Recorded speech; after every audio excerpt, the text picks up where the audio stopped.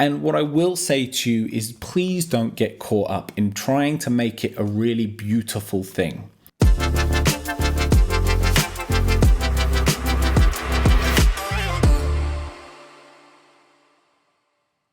What's up, guys? I hope you're well. I wanted to talk to you today about my approach to journaling, how I use it to be more productive, how to get things done, how to clear my mind, and just to basically give you guys some ideas about how you can approach it yourself. Now, in a lot of these videos, when you see people talk about journaling, they'll get their journal out for you and they'll show you all their pretty hand-drawn pages and their paragraphs and all the things that they're going to do. I'm not going to do that for you today. My journal is nothing pretty to look at. It is not beautiful. It is not nicely structured. It's a tool like anything else, like my phone, like this camera that I'm talking into, like my computer. It is a tool and it has a function. And that's the way I see it. If you choose to do things differently, I completely understand. I'm just here to give you some ideas. The first thing to know about my journal is the size.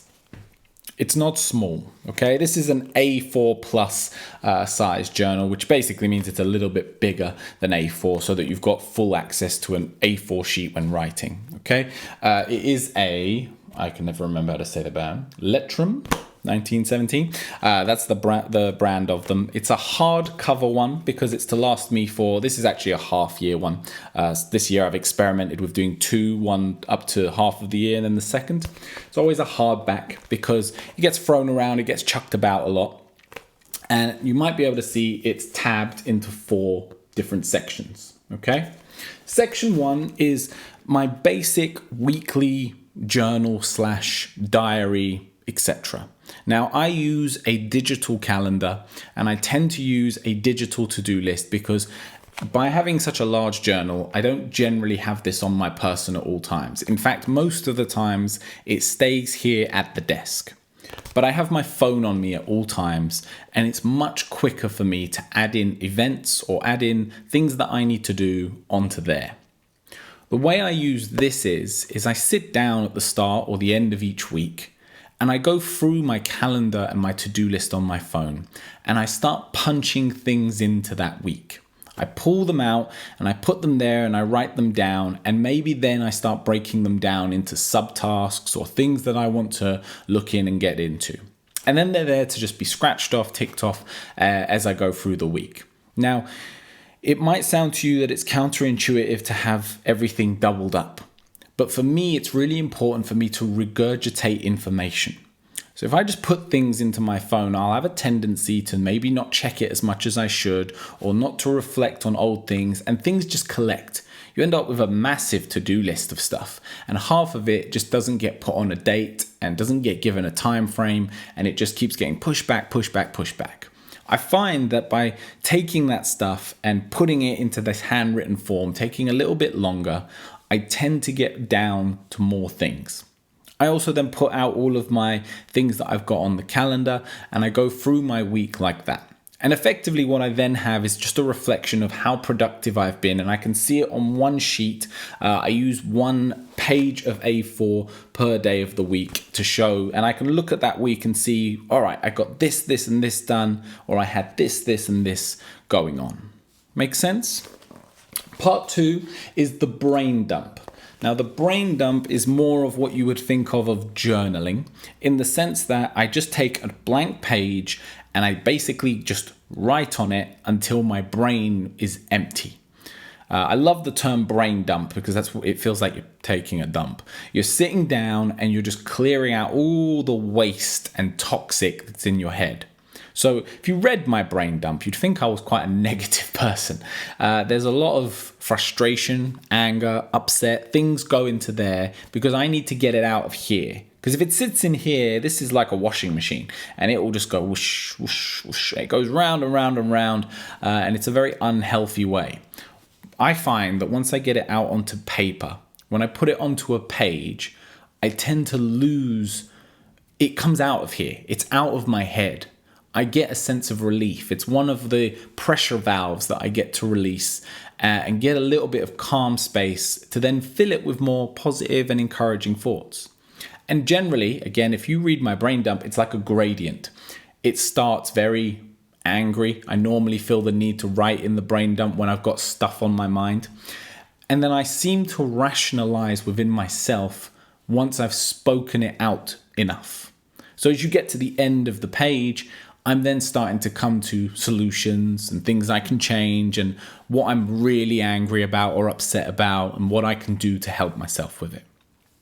And again, I always date it, and it's just great to be able to look back, end of the year, end of a term, and just see what I'd been through and what was going on, and hopefully some of the lessons that I've picked up along the way.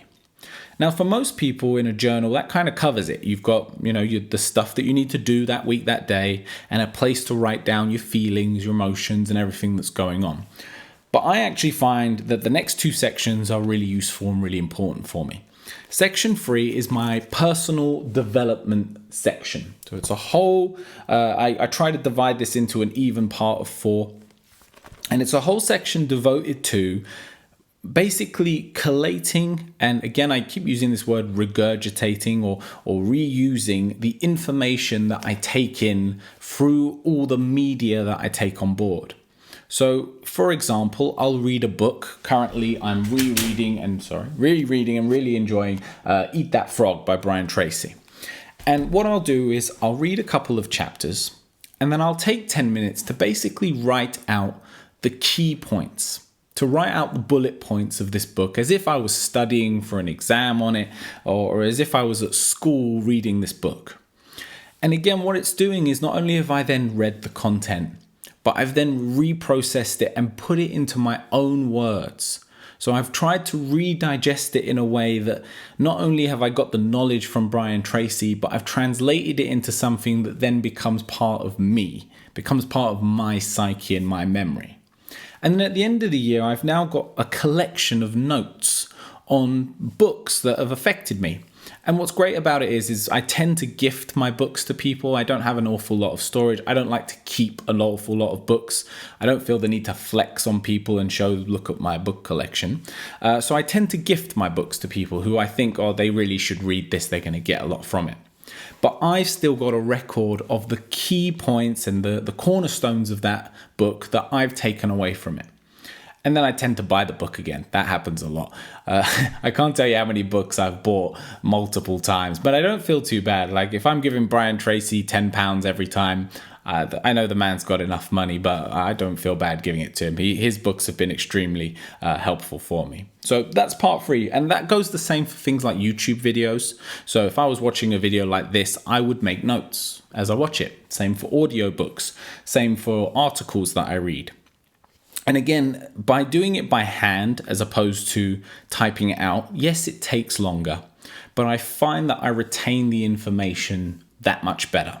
It seems to stay with me that much more. And, you hear all these great quotes and you read them and they when you hear them, they resonate with you and you go, God, that's me, or that's what I needed to hear. But then it kind of just disappears into the ether. So it's great to have a place where not only do you rewrite it and kind of distill it into your mind, but that you can reference back to at a later date. The final section of this is my planning section. So this is when, that saying, go back to the drawing board. This is my drawing board. It's again just a section where if I've got a project, I take some time to try to map it out. And this can look like a whole bunch of things. It could look like a mind map. This could be diagrams and drawings or just doodles. It could just be a bunch of notes, a bunch of bullet points. But it's a place for me it's like a sandbox where I can play with ideas in a very creative and very relaxed way before I then get into or get started on a project. A lot of the videos I make for you guys, they're not scripted, so I'm not reading from anything here. I don't have a teleprompter. But what I tend to do is I try and plan them out a little bit.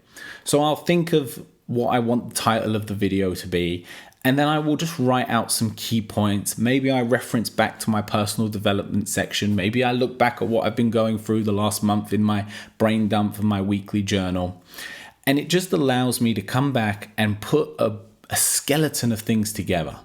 So then when I sit down to do whatever it is, record a video for you guys or work on one of my personal projects, I've already got it kind of envisioned, not only in my mind, but then, like I said, again, on paper.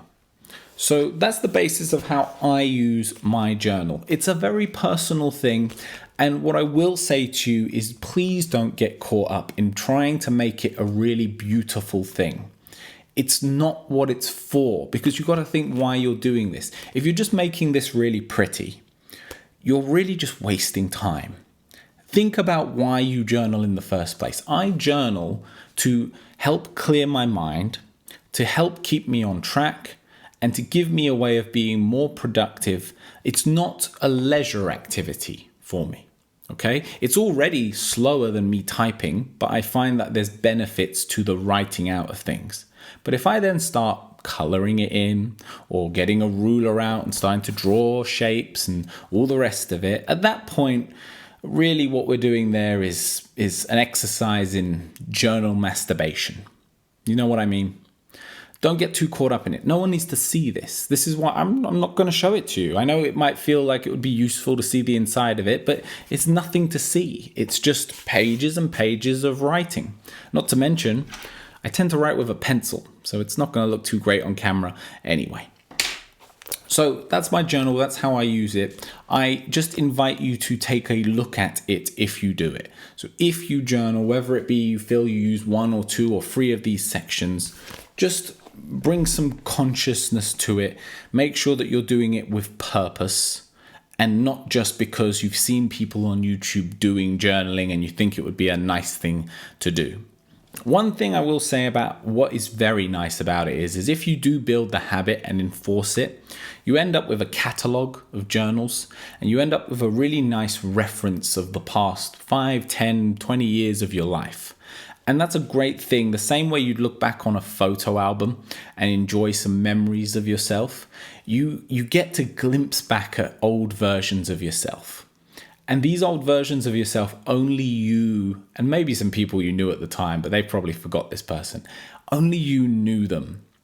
And it's a really beautiful thing to be able to look back and see 20-year-old you and the way their brain worked. And you'll see how dramatically you change and grow over time. Because I read back on some of the old stuff I've written and I'm just like, you idiot. You were just a dumb kid. And I'm sure in 10 years, I'll read back on this one and I'll feel exactly the same. So that's how I use a journal. If you'd like me to talk about journaling more, or if you really want to see inside of it, let me know and I'll do a follow-up video on this one. And as always, take care of yourself.